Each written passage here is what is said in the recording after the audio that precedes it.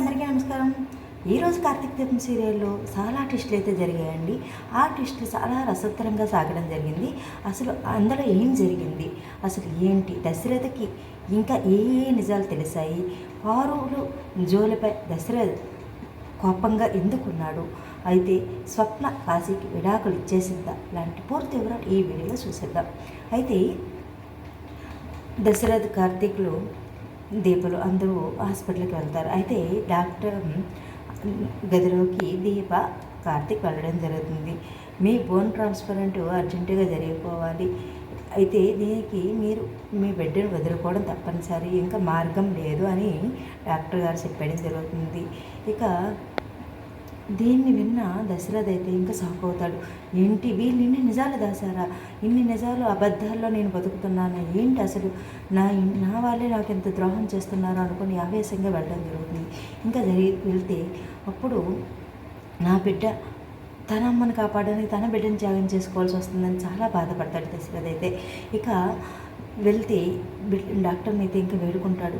Please madam, please doctor గారు ఎలాగైనా దీపని బిడ్డని కాపాడండి, ఆ విధంగా చూడండి, సుమిత్ర కోసం బిడ్డని వదులుకోవడం నాకు ఇష్టం లేదంటే, లేదు సార్, దీప పరిస్థితి చాలా దీనిగా ఉంది కాబట్టి తల్లి బిడ్డలు ఏదో ఒకటి మాత్రం అవుతుంది, తల్లి బిడ్డను వదులుకుంటేనే సుమిత్ర గారిని కాపాడుకోవడం అవుతుంది, అంతేగాని అందులో దీప ఆరోగ్యం కూడా చాలా క్రిటికల్గా ఉంది కాబట్టి ఇంతకన్నా నేనేం చేయలేనని చెప్పేస్తాడు.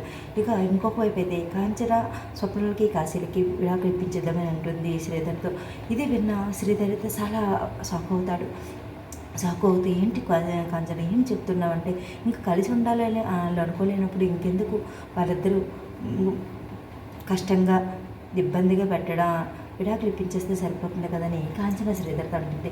ఇదే శ్రీధర్ ఇంట్లో ఈ విషయాన్ని తీసుకొచ్చి ఇక స్వప్న అయితే దాస్ కూడా ఆ క్యారెక్టర్లో ఉంటాడు అక్కడ ఆ ఇంట్లో. అయితే ఆ విధంగా ఉంటుండగా దాసు అది విన్న దాస్ అయితే చాలా షాక్ అవుతాడు. ఏంటి బాబా మీరు కూడా జోక్స్ వేస్తున్నారంటే, కాదు ఇలా ఉంది, స్వప్న ఎంతైనా వినడం లేదు, మరి ఇంకా దీని మార్గం ఇదే కదా అని చెప్పడం జరుగుతుంది. చెప్తే దాస్ అయితే స్వప్నని చాలా వేడుకుంటాడు. కాశీ అంటాడు, నాకైతే ఇవ్వాలని లేదు, కానీ స్వప్న అడిగింది కాబట్టి ఇంకా ఇచ్చేది మంచిది, తను ఇబ్బంది పెట్టి నేను మాత్రం ఏం చేయగలనేసి ఇంకా కాశీ అనేస్తాడు. దాసు ఇంకా దండం పెట్టి కూడా అడుగుతాడు, కానీ మామయ్య మీరంటే నా గౌరవం, కానీ ఇంకా కాశీతో బతకాలని నాకు లేదు అని కరాఖండిగా చెప్పేస్తుంది. విడాకుల పత్రాల మీద సంతకాలు చేయడమే ఇంకా ఉంది అని చెప్పేయడం జరుగుతుంది.